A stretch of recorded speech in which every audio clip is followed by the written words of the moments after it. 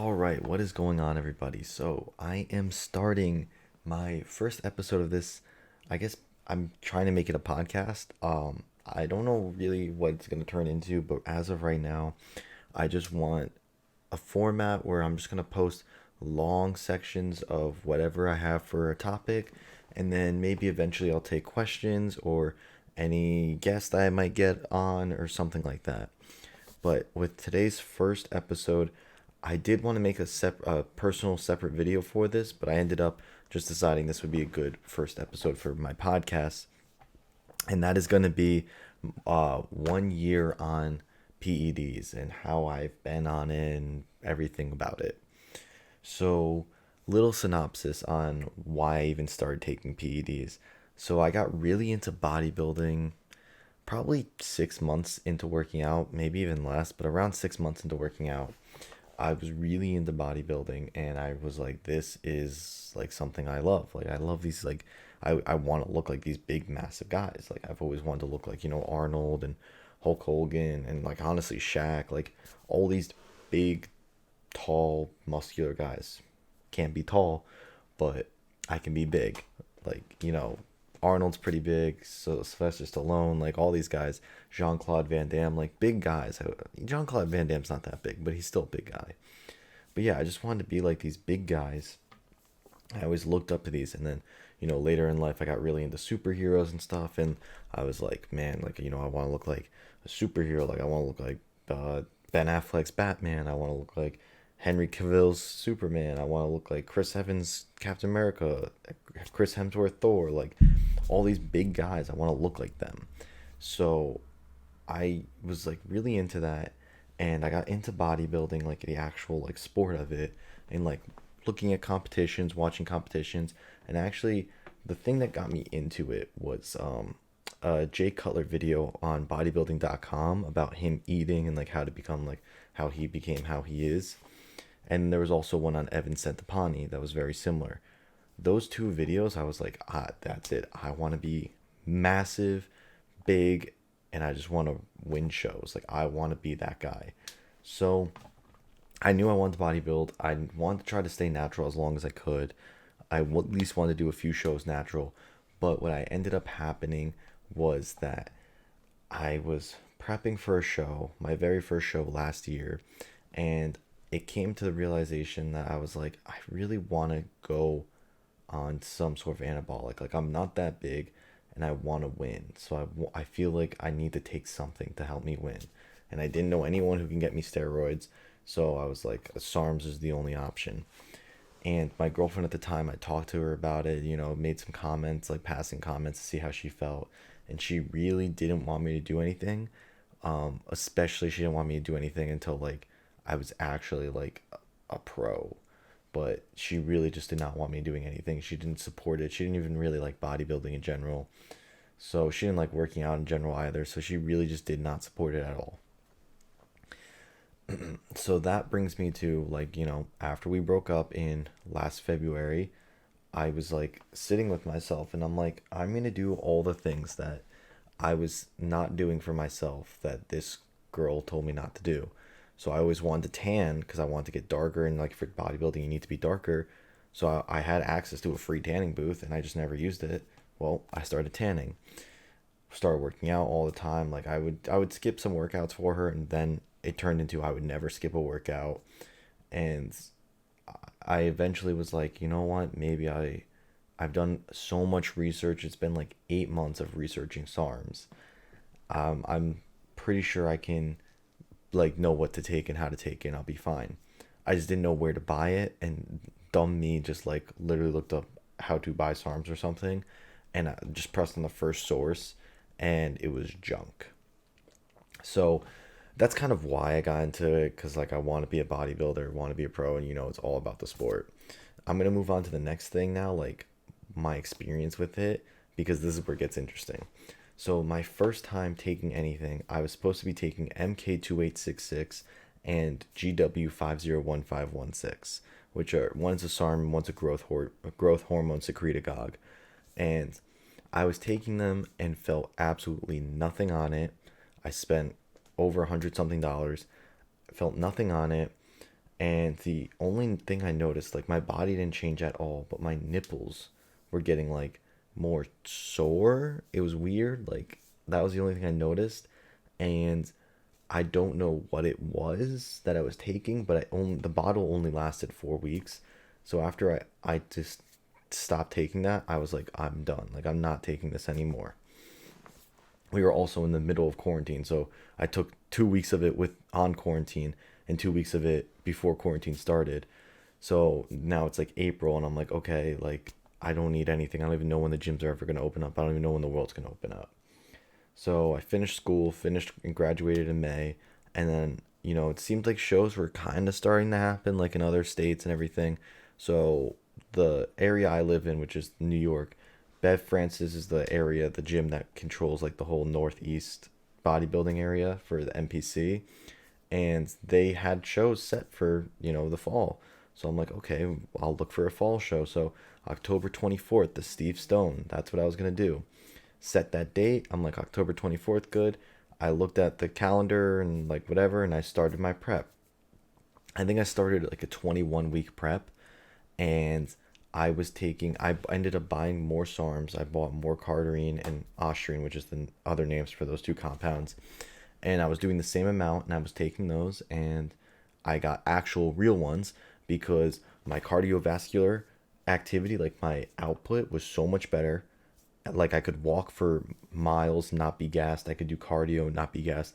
I did the stair stepper in my house for 3.5 hours at one morning from like 5 to 8:30 in the morning. So it really did hit me, and it did work very well. And the ostrine, I was cutting weight, getting harder looking a lot better, but I was also putting on like not really too much size, but I was definitely like looking better and fuller, but I was putting so much strength on. I on a prep, on a cut, I bench pressed 275 for my first time ever. Like I was hitting bench press PRs like crazy, hitting weight PRs like crazy, and I was losing weight at the same time. So it was very, very different feeling that I've ever felt before. So I took those compounds for roughly 18 weeks because I was gonna stop 2 weeks before. So yeah, I think it was like maybe 17 weeks. And my show got canceled. So I stopped taking the compounds, and I was like, I've been doing like orals and compounds for so long that it was so weird for me to stop. And I was like gonna just do like a post psychotherapy and just put on size in bulk because I'm like, you know what, forget it. I'm just gonna put on size and get big. I waited like 2 weeks, 3 weeks, and I had no symptoms of like any weird like after effects of it. But I never got my blood tested, and I want to like just get on a bulk. Like I just want to get big. So, kind of stupid me, I bought more SARM. So I bought another SARM and another growth hormone secretagogue. I bought Rad 140, and I bought um, MK677. So MK677 is a growth hormone secretagogue. Rad 140 is probably one of the more popular SARMs. So I was using both those in a bulk and feeling great, no side effects. It was literally like it wasn't like I was angry because it did mess with my emotions a lot.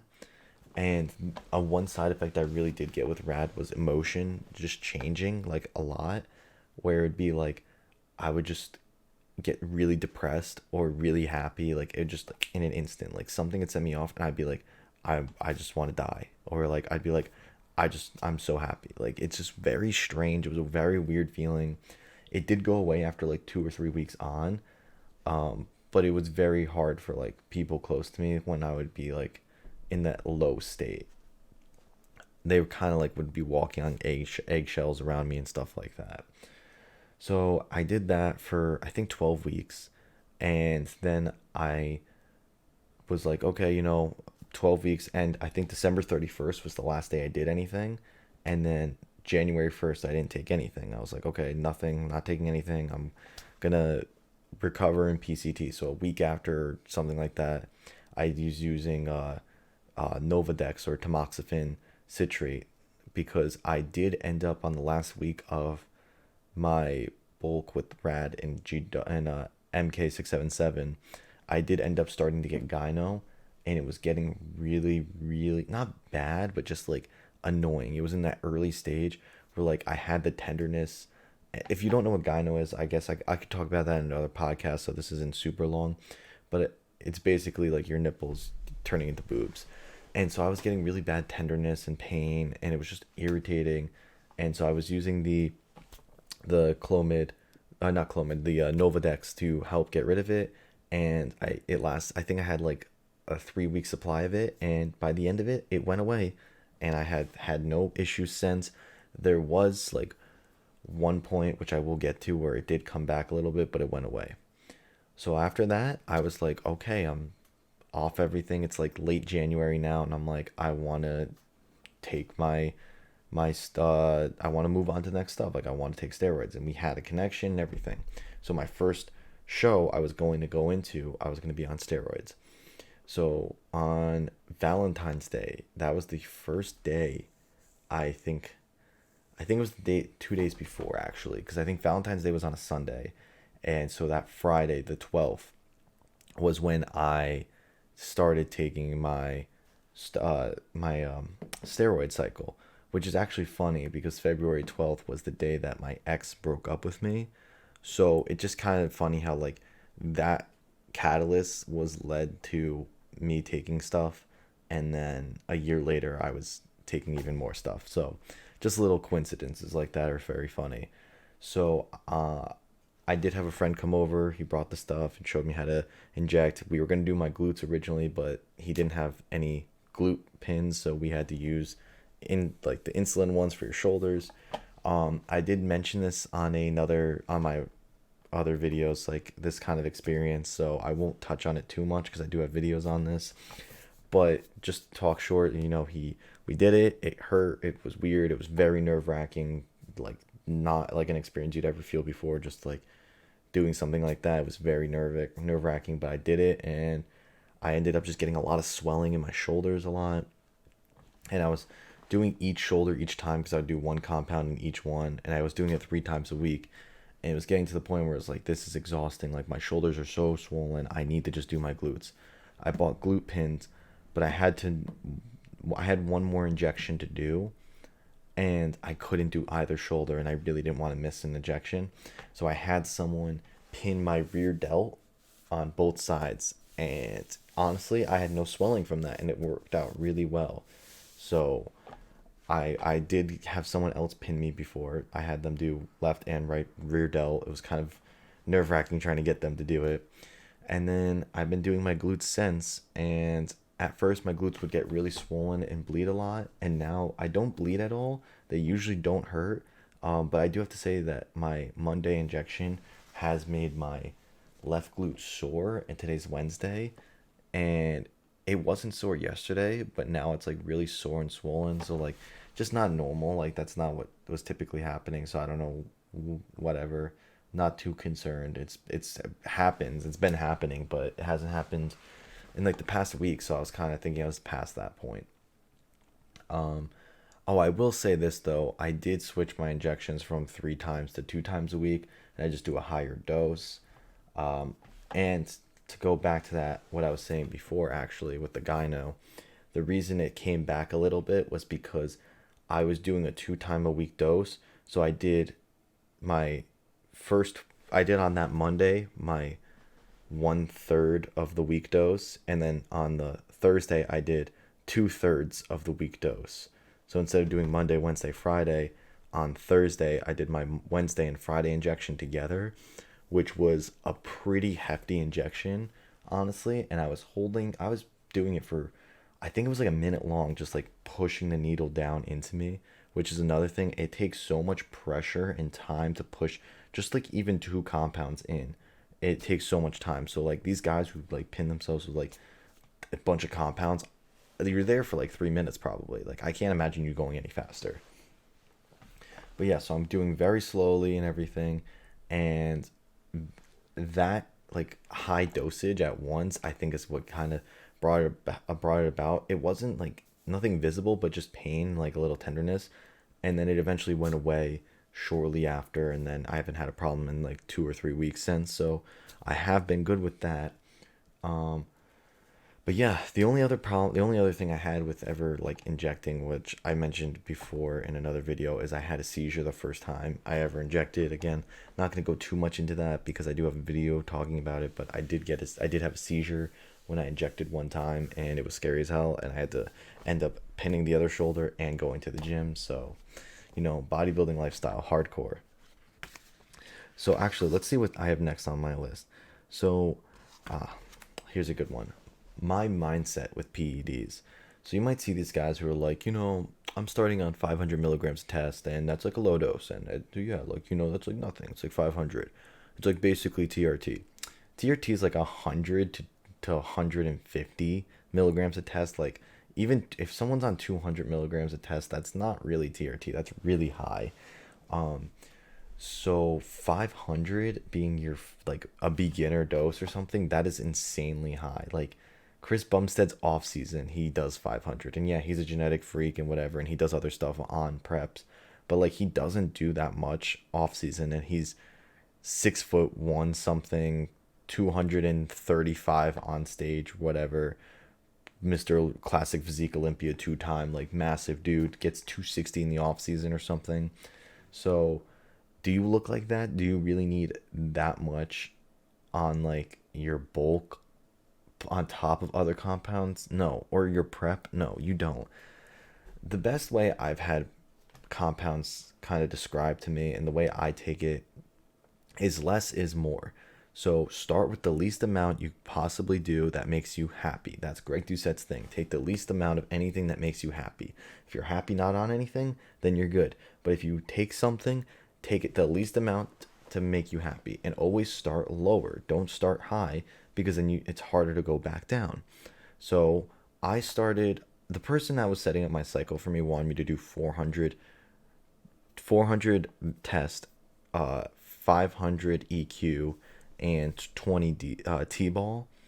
I bumped it down. I did not do that. I do 300 test, 300 EQ because I EQ in my test match, and then I do 200 T-ball. So each time I inject, I do 150 test and 150 EQ, and then each day before I work out, I take the T-ball pre-workout. So oh, I'm sorry, I lost my train of thought there for a second. So with my mindset on how you should do it, again, less is more. Don't do too much. And I did hear this actually the other day on a podcast. I do really agree with this. It was on the Real Bodybuilding podcast with Fuad Abiyad. They talked about how like you can't get used to a dose. It's not really a thing. So like if I take 500 milligrams a test like every time I do a cycle, my body's not going to be used to doing that. It's not like, oh, I need to add more. It's not like food where like when you eat like say 4,000 calories and you gain so much weight, whether it's muscle or fat, that 4,000 calories becomes that maintenance and you have to add more. Bodybuilding, like compounds like steroids and stuff like that, that's not how it works. It's kind of, but not really. So the smaller you are, the less dose you should definitely take. So these big guys that are like 300 pounds off season, like 250 to 260 on stage, yeah, they're going to be taking a lot more because they need to, because they have such big bodies and such big muscle, like so much size on them. But it's useless for me to take what they're taking. And I know a lot of people are like, you got to take what the pros take to become a pro. And it's like the pros didn't take that their entire time. So my whole philosophy is take the least amount of compounds. You really shouldn't do more than like, especially if you're in the beginner or intermediate stages, I really don't think you should do more than 3 to 5. I think 5 compounds is really pushing it. And that's like injectables or orals. And you should never do like oral only. Like even if you do SARMs, like that's a little scary. Like I never got my liver checked, but like I did SARMs like orally for like basically 6 months of a year almost, and it's damaging to your body. So, and now I'm on a couple more orals, but they're not going to last that long. They're only going to last a couple more weeks, and then once they're done, they're done. And that's another thing, like once you're done, you're done. Like don't keep going and going and going. You need to let your body recover. You need to let your androgen receptors get resensitized to it. You're gonna fry them if you just take like stuff all year round. Even if it's whatever dosage, you're still just gonna fry yourself, and you're gonna look like a bag of milk. And then you're gonna take more stuff thinking you need to take more, and then you're just gonna look like a bag of milk that's a little bit bigger. It's just not how it should work, and it's not gonna look good for you.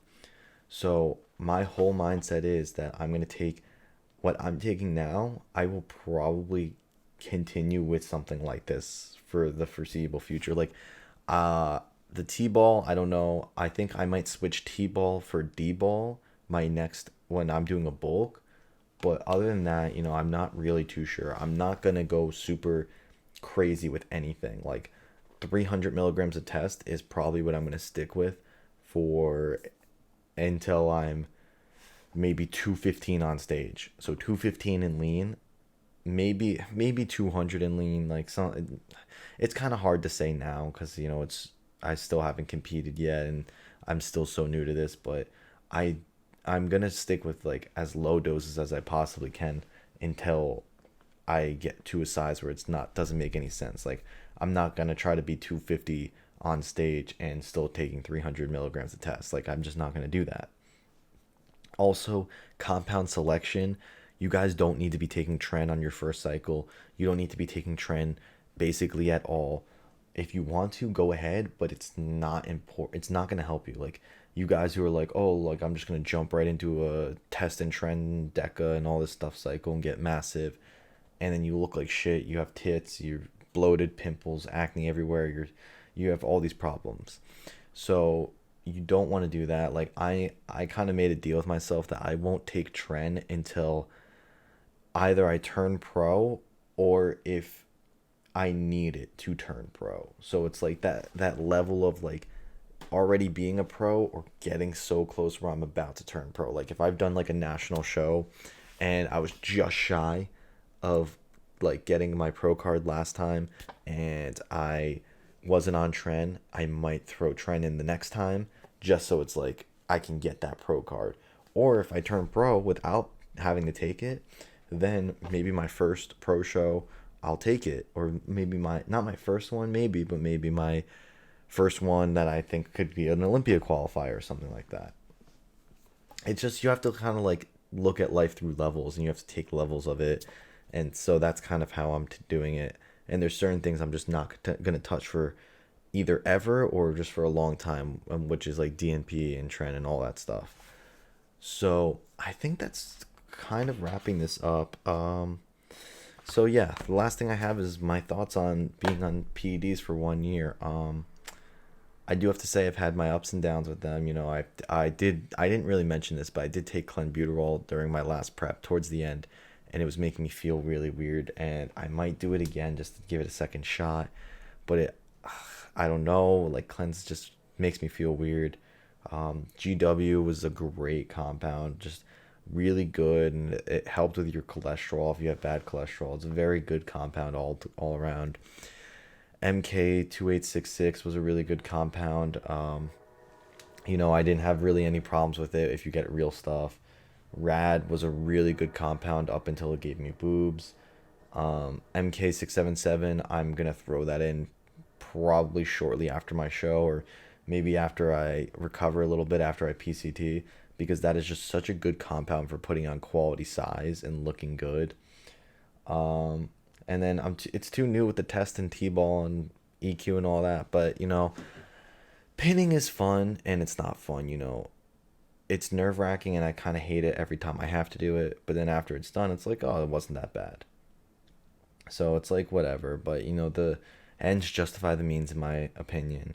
And I would just like to say right before I end this video, this podcast, that please do not take this as any recommendation that you should be doing anything or taking any of these substances. Like, you honestly shouldn't. I'm not just saying that because I'm gatekeeping or anything. Like, if you want to, you can go ahead. But if you're going to be doing this, just, know the consequences and know everything about it. So know what you're taking, how much you should be taking, how much is too much, side effects you can get, and what to do after. And just make sure you have people you can talk to that can help you with this, whether it's a medical professional or people who have done it before that you trust. I would always try to get a medical professional to help you, like not help you with the cycle, but help you if you're having any issues. Don't just be to your buddy like, hey, my nipples hurt, what should I do? Like, if you're actually concerned about a side effect, go to the doctor. Tell them what you're taking. They're not gonna get you arrested. It's doctor patient confidentiality. You'll be fine. If you're under the age 21, do not take anything. Like I don't agree with you taking anything. If you're under the age of 18, no. So if you're a teenager, I really don't think you should take anything. When you're 18, you're technically an adult, so any stupid decision you make, go ahead. I don't really care. It's not my fault. But if you want my personal opinion, I think 21 to 25 is a good range to like start. Your brain's more at 25, your brain's fully developed, but at 21 you're a little bit more mature. You know what you're doing in life. You kind of have gone through most things in life. You're kind of having your own responsibilities. You've dealt with responsibilities before, so you know what your problems are going to be or not be. So I mean, I was 21, couple months from turning 22 when I started. I mean, if you even consider the first thing I took, I don't even know what the hell I took. It was probably like one of my friends joked it was like birth control or pro hormones or something, whatever it was. Didn't do anything. So I was technically 21 or 22 when I started. And that's a lot older than what a lot of people I've heard start at. So I don't know. I think I know like one person that started older than me, but most people have started at a younger age than that.